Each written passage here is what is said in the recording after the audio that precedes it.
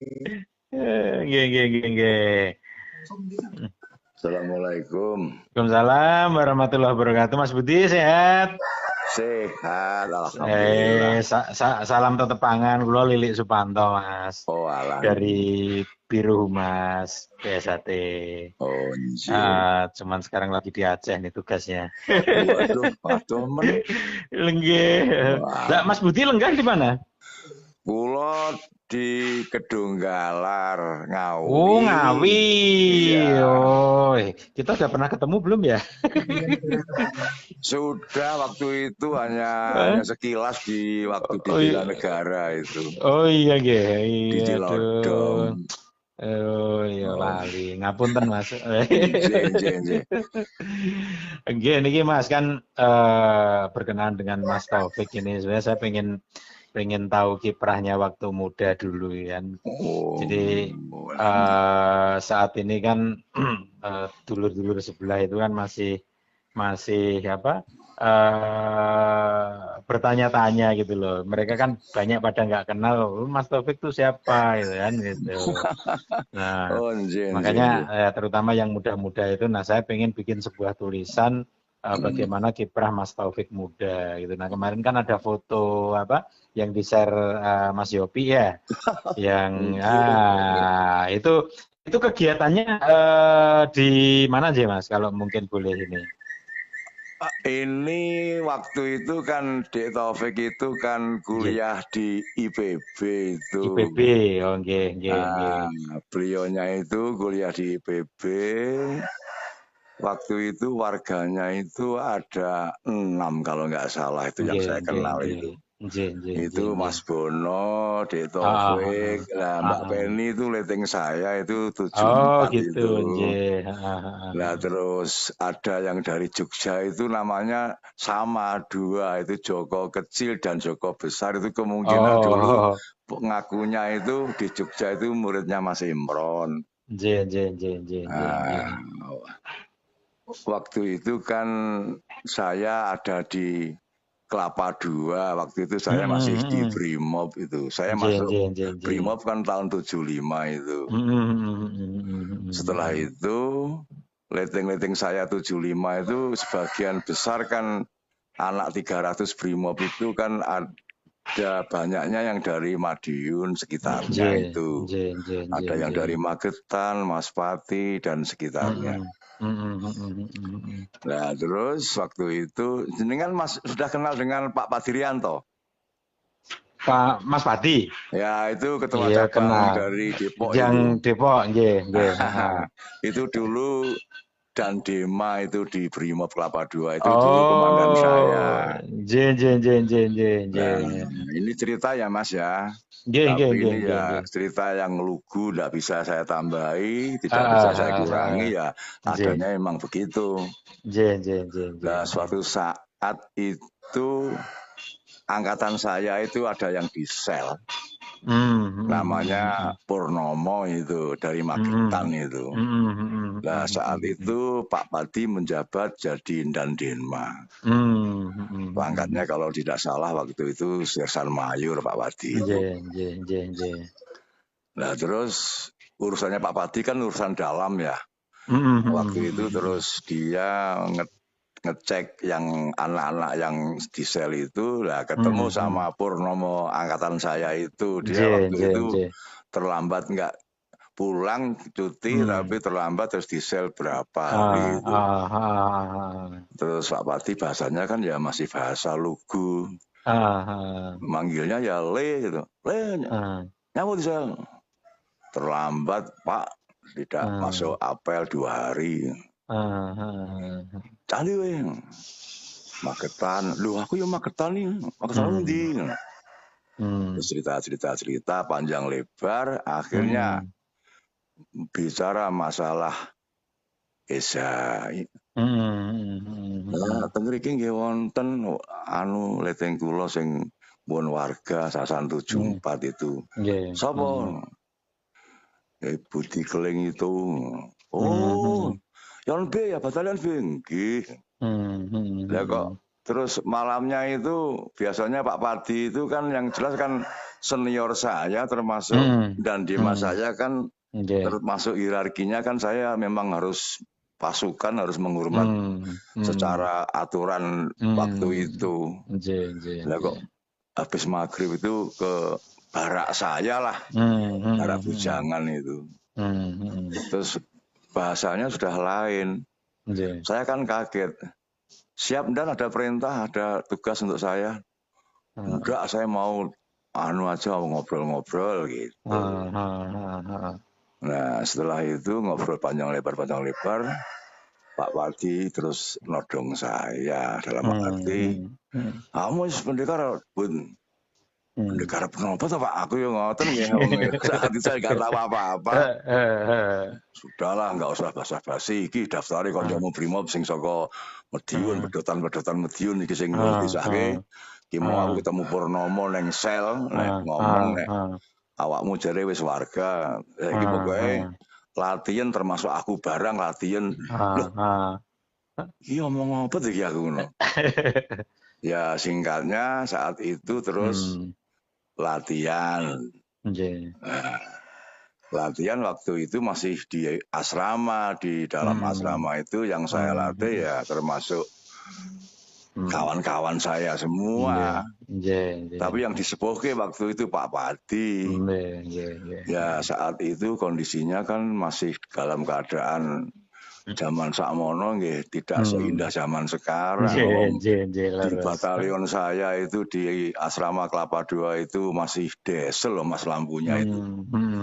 Jadi bar maghrib itu nyala, jam 12 malam itu padam. Nah akhirnya singkatnya ada latihan di asrama dengan pakai lampu petroma. Ya sudah, saya melatih dengan apa adanya sesuai ajaran. Terus Pak Padi ya mengikuti. Jadi kalau waktu dinas saya hormat, tapi kalau malam latihan beliau saya latih. Kadang-kadang petroma itu kena angin sampai spuyernya itu ambrol, Pak Padi bingung golek. Itu ngompol lampu barang ngoten niku latihannya itulah keindahannya dan itu. Akhirnya waktu itu delalah kok ada Porkap pertama di Bogor itu.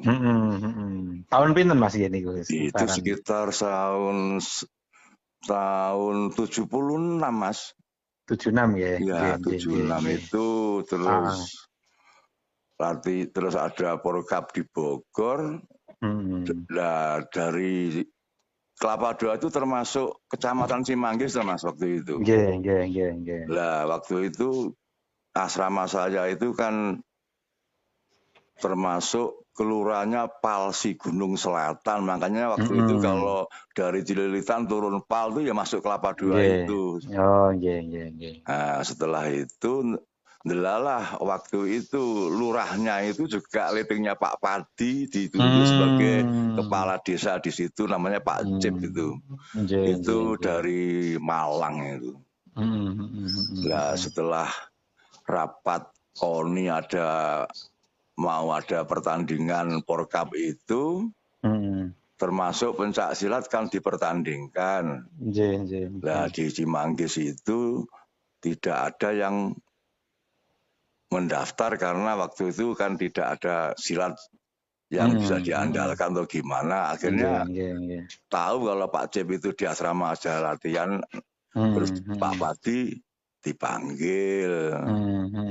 Iki piye awakmu sak bolomu Mediunan kuwi nek wani tarung didu ae ning Bogor iki nek Porkap iki Cimanggis kecamatan untuk pencaknya kosong. Nah terus Pak Padi waktu latihan ngomong dengan saya, lah sudah bahasanya sudah lain, manggilnya saya sudah masuk saya pelatih. Yo guyon, Mas, ini ada pertandingan di Porkap Bogor, Porkap pertama ini di Cimanggis untuk pencak silatnya kosong, paling ngisi orang. Wah ini dek ngisi rawani loh, kalau ngoten. Akhirnya ya terus secara acak waktu itu terus mengikuti pertandingan itu. Nah pertandingan itu saya ikuti, ya terus saya isi kelas A, kelas B, kelas C, kelas D. Saya waktu itu ikut kelas D, termasuk Purnomo itu kelas E Putra. Terus ada juga yang polisi umum yang ada di asrama juga, namanya Mas Roso dari Magetan itu, keangkatan 75 ya ikut. Karena agak gemuk panggilannya kan Mas Roso Gentong itu ikut. Beratnya itu waktu itu kelasnya 70-75, kalau enggak kelas F Putra itu ya. Teman Samono niku. Terus singkatnya tarung di Bogor.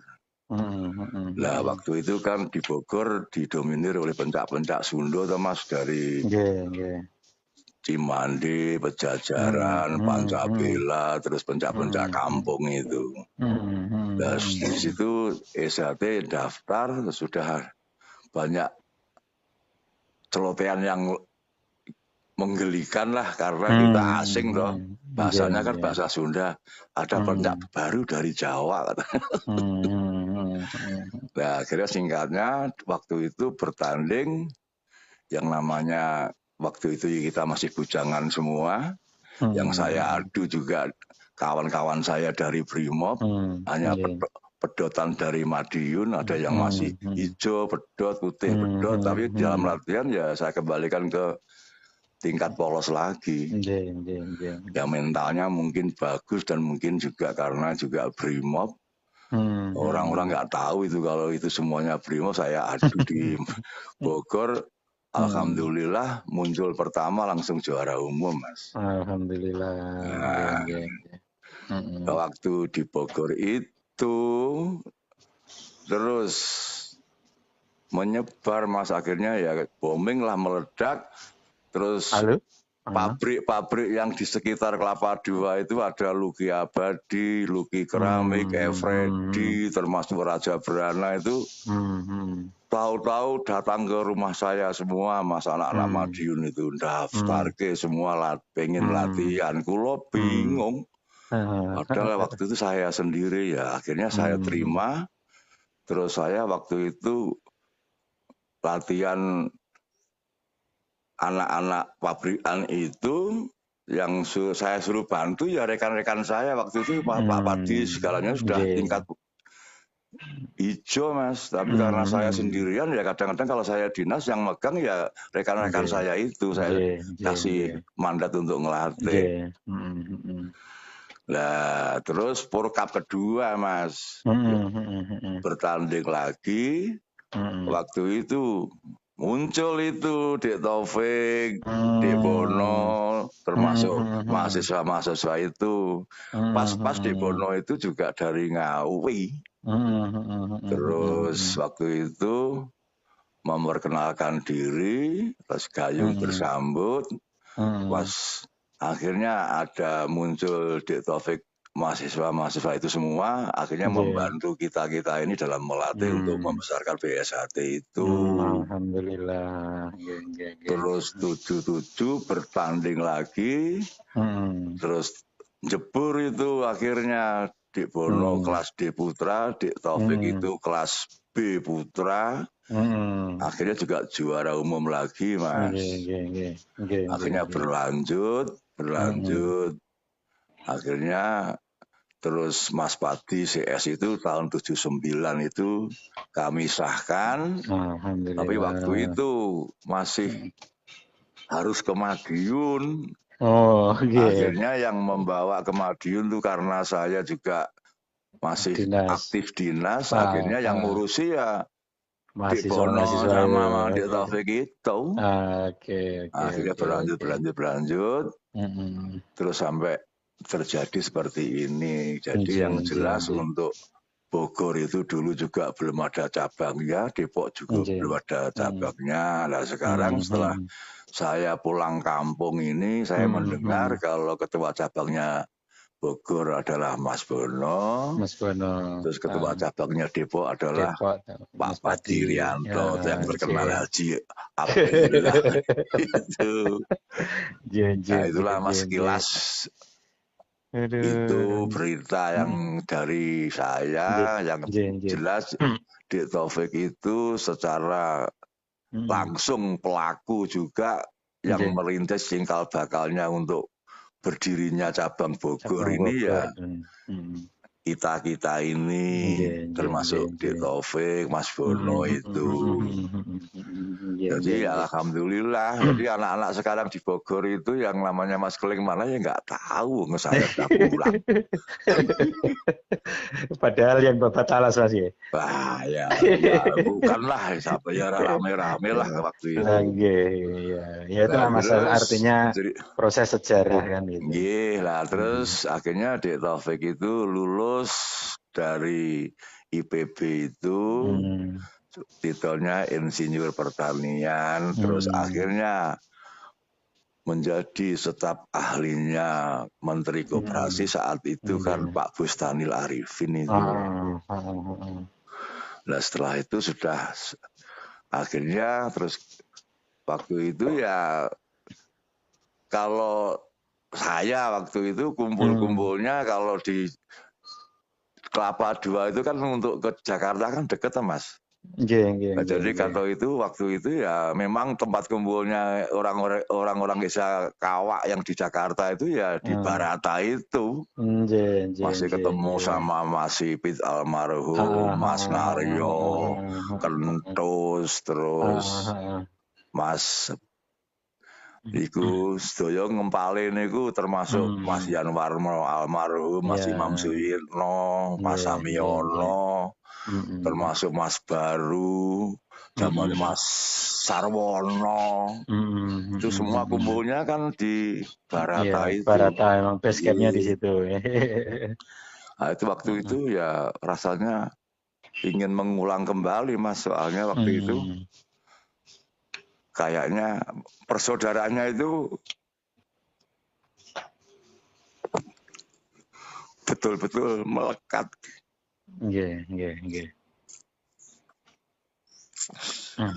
Ya itulah sekilas dari saya, yang jelas waktu itu ya saling Mas, jadi saling mengisi. Saat itu juga pernah saya ditunjuk untuk masuk di Jakarta Utara. Waktu itu saya kelas F Putra perebutan Jakarta Utara itu saya juara 1 untuk prapon itu. Akhirnya untuk itu langsung ke perebutan DKI itu waktu itu juara 5 wilayah itu diadu. Jakarta Utara, Jakarta Selatan, Jakarta Pusat, Timur, dan Jakarta Barat. Akhirnya saya jadi Jakarta Utara. Akhirnya perebutan finalnya untuk PON itu saya kalah karo Bambang Anggono dari Nusantara itu. Itu ketemunya saya dengan Bambang Anggono itu. Akhirnya yang mewakili DKI ya Mas Bambang Anggono itu. Untuk ke PON-nya itu saya kan juara 2. Saat itu ya memang aturan pertandingan itu belum ini ya, saya kalahnya kan ya kalah gila kali ya, nggak tahu lah waktu itu. Jadi waktu itu memang masih ngumpul semua Mas, sepuh-sepuh dari itu, dari Jakarta itu. Yang saya ingat yang masih sugeng ya Mas Sakti itu masih sugeng. Yang Mas Yanwarno, Mas Imam Suyitno, terus di Jakarta Utara itu ada Mas Lindarto termasuk. Wah dulu itu walaupun toh semuanya dalam kekurangan dalam kehidupan, tapi yang jelas itu kerukunannya Mas. Betul. Kok sekarang itu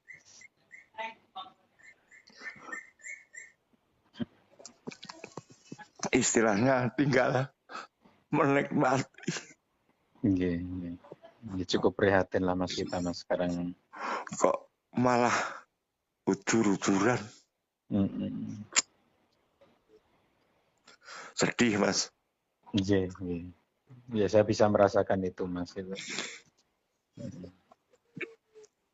Kayak Dik Taufik itu sebetulnya kan orangnya kan tidak berambisi sama sekali tuh Mas. Iya betul. Orangnya itu kan untuk negara aja dia kan sudah repot sekali. Terus ngomongnya dengan saya ya waktu saya beri selamat bahwa beliaunya itu ditunjuk sebagai ketum itu ya bahasanya ya sederhana, Mas. Ini sebetulnya amanah loh Mas Keling. Jadi saya ini mau nolak juga nggak bisa. Tapi kenapa kok terus muncul 17 terus gegeran sampai saiki kok nggak ada selesainya. Itu terus maunya orang-orang itu apa gitu loh. Kan corone wong itu kan tinggal istilahnya melestarikan, memberikan ajaran yang baik, guyup rukun, nggak terus saling memfitnah dan lain sebagainya. Saya itu sebetulnya kasihan sama Dik Taufik itu. Memang ya berat Mas kalau melawan orang-orang yang sudah tertutup hatinya itu repot. Makanya tinggal doa sama ikhtiar kita Mas. Iya. Makanya. Jadi kadang-kadang saya kalau bicara ini terus kerontor-rontor Mas. Mas. Saya bisa merasakan itu Mas. Dulu itu di Jakarta itu sepertinya tidak ada secuil pikiran kalau terjadi kayak gini. Seperti Mas Ipit modelnya ya kayak gitu yang sekarang sudah almarhum selalu ngangeni bicaranya cepat ceplos. Seperti Mas lain-lainnya itu selalu guyup rukun dan selalu saling membantu dalam hal atlet termasuk lain sebagainya. Serba kekurangan tapi indah waktu itu. Dan sekarang sudah kecukupan semua, tinggal melestarikan kok.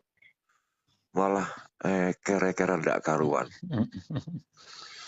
Ya, sejarah yang harus memang dilewati. Jelas dari saya untuk Dik Taufiknya itu yang jelas itu dulu muridnya kawan saya di Jogja itu namanya Joko Sumaryono, panggilannya Yontil. Sekarang jabatannya dosen di Undip itu kawan saya dari Ngawi itu. Itu muridnya pertama itu Dik Taufik itu waktu di Jogja setelah lulus SLTA mungkin SPMA atau apa itu, terus dia kuliah di Bogor itu, terus ketemu saya saling membantu untuk membesarkan cabang Bogor itu. Tapi waktu itu belum cabang Mas, masih latihan biasa aja. Setelah Dik Taufik dengan Dik Bono itu berkiprah kemungkinan karena juga levelnya mahasiswa, akhirnya bisa mendirikan cabang itu. Tapi sudah saya tinggalkan tuh waktu itu Mas. Saya kan dari Kelapa II itu terus pindah ke Depok menjadi polisi umum dan di sana juga ada latihan. Terus saya menurunkan di sana itu kalau nggak salah ada 7 itu termasuk cabang-cabang yang baru itu. Ada satu yang dari Banten namanya Eman Sulaiman itu sekarang jabatannya di Cimanggis itu Kanit Presinto itu mungkin. Itu di sana saya menurunkan ada 6 kalau nggak salah. Itu 3 pria 6 itu ya juara orang dari Jakarta termasuk Eman Sulaiman, termasuk juga ada namanya Gito, ada namanya Slamet. Terus Basuki Dwi Wiranto sekarang malah Kapolsek Mas Pati itu pulang kampung itu. Itu semua memang didikan saya semua, tapi saya tidak tepuk dada loh Mas ini karena saya cerita ini ya memang alurnya seperti itu. Iya. Justru ini yang penting Mas, karena kan dalam penulisan itu kalau tidak memahami alur yang jelas kan, makanya saya minta tolong Mas Yopi. Mas Yopi ini saya mau buat tulisan ini, jadi nanti jangan sampai salah gitu. Tolong kalau menulis ya saya jangan disebut lah. Sing disebutnya untuk diorbitkan Mas Taufiknya saja gitu loh. Karena itu yang penting sekali. Kalau saya itu memang tidak perlu bangga untuk saya karena itu memang kewajiban saya, Mas. Tapi kalau Dik Taufik kan berkepentingan untuk biar orang-orang tahu siapa Taufik sebenarnya, kan gitu. Betul. Kalau saya ini udahlah nggak disebut juga nggak masalah. Tapi kalau Mas Taufik kan perlu sekali bahwa yang tidak tahu itu biar tahu, bukan kita itu menonjolkan diri saya siapa, Mas Taufik siapa, tapi sejarah itu memang kalau perlu ditonjolkan ya untuk kebenaran ditonjolkan ya Mas. Nah itu. Ya setidaknya memberikan wacana dan pemahaman untuk yang, karena ini kan sebetulnya yang ini kan yang muda-muda nih Mas. Yang muda-muda nggak ngerti apa-apa, jadi ngomongnya celometan, ya kan? Nah, itu kan akhirnya bukan menambah bersatu, tapi malah nambah ini gitu. Iya makanya waktu saya diundang di Taufik secara pribadi untuk di Cilodong itu rasanya saya pulang kampung itu. Terus ketemu. Terus saya sama Dik Taufik sama Mas Bono digiring ketemu. Waktu itu istilahnya komtek ya, komisi teknis saya itu kan Mas Dul Rahman itu. Pak Luru sampai ketemu di Depok Timur. Waduh Mas Dul. Ya rangkul-rangkulan ya tangis-tangisan kayak seperti ketemu saudara yang hilang. 30 tahun loh Mas. Nggak ketemu. Saya aja dengar cerita ini berbesmili juga ya Mas. Iya, tapi saya bahagia karena apa? Ini saya nggak membuat supaya terharu, enggak. Memang ya sifat saya kalau sudah tersentuh gini kadang-kadang saya itu paling jelek cengeng saya ini. Cengeng dalam arti bukan cengeng ini loh Mas, tapi memang jiwa saya memang kalau melihat situasi yang kayak gini itu isinya emang nangis Mas. Kayak saya yang masih hidup aja menangis, apalagi seperti almarhum Mas Imam, almarhum Eyang Suro, kayak apa nek delok putu-putune padha kerekeran kayak gini ini. Makanya Dik Taufik kan selalu tetap tidak mau diajak untuk keras, yang jelas yang ditanamkan ya memang walaupun bagaimana kita ini sedulur Mas. Jadi kita itu terhalang sumpah, jadi bukannya tidak berani. Hanya kalau bisa ya bagaimana kita itu segera guyup rukun nyawiji sesuai harapannya Dik Taufik. Tapi kelihatannya kalau terus nuansanya itu sudah ditunggangi politik, ya nggak tahu nih Mas, kok repot ini. Tapi ya kita berdoa sareng-sareng Mas. Mudah-mudahan Allah berikan jalan terbaik untuk ini. Karena ini memang bagian sejarah yang harus kita lewati dan kita ada di dalamnya. Ya ikhtiar fisik tetap kita lakukan ya, seperti kayak cerita-cerita di gini kan sebetulnya membangun juga Mas, membangun mereka-mereka yang nggak paham biar menjadi paham kan gitu. Jadi yang ingin saya tanamkan seperti itu. Karena memang dengan adanya medsos itu bisa menjadi baik juga bisa menjadi sebaliknya gitu loh. Nah kalau kita ada isu-isu negatif tapi kita tidak memberikan pemahaman yang benar kan nanti repot juga.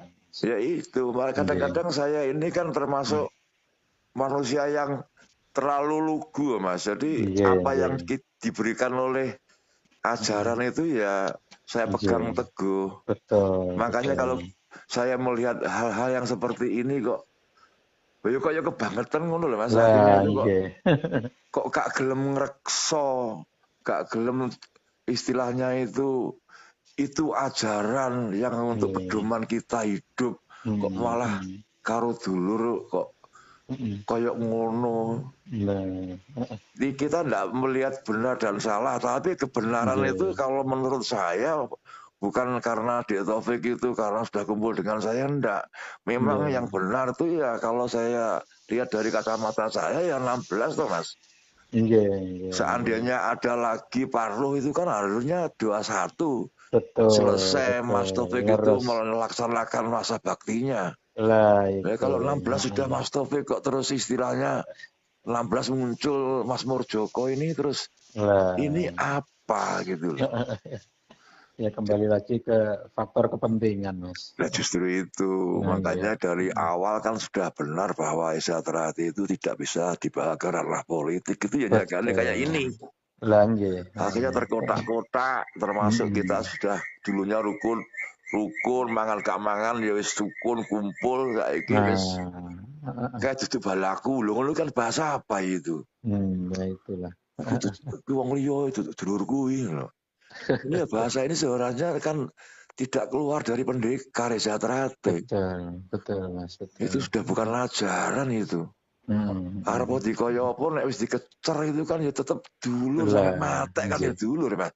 Leres, Mas. Kok bahasa itu kok seenaknya bunyi. Kuwi duduk dulur kuwi, wong 16 lho ki. Piye bahasa apa ini? Ya gitu Mas aja Mas Budi. ya ini. Terima kasih. Saya matur suwun sangat ya atas ceritanya. Mudah-mudahan ini nanti bisa menjadi berkah untuk menyatukan kita semua, Mas. Kurang lebihnya mohon maaf ya bahasa saya ya bahasanya begini, tidak bisa untuk istilahnya lambai ora iso ya. Polos saya ya begitu, kronologinya waktu saya di sana ya begitu. Ketemunya adik Taufik, saya di Bogor itu ya memang saling membantu untuk berdirinya Bogor itu ya adik Taufik itu pelaku gitu. Termasuk Mas Bono ya pelaku. Tanpa beliau-beliau itu saya kayak kerepotan. Ya gitu aja Mas ya, terima kasih. Matur suwun Mas Budi. Waalaikumsalam warahmatullahi wabarakatuh.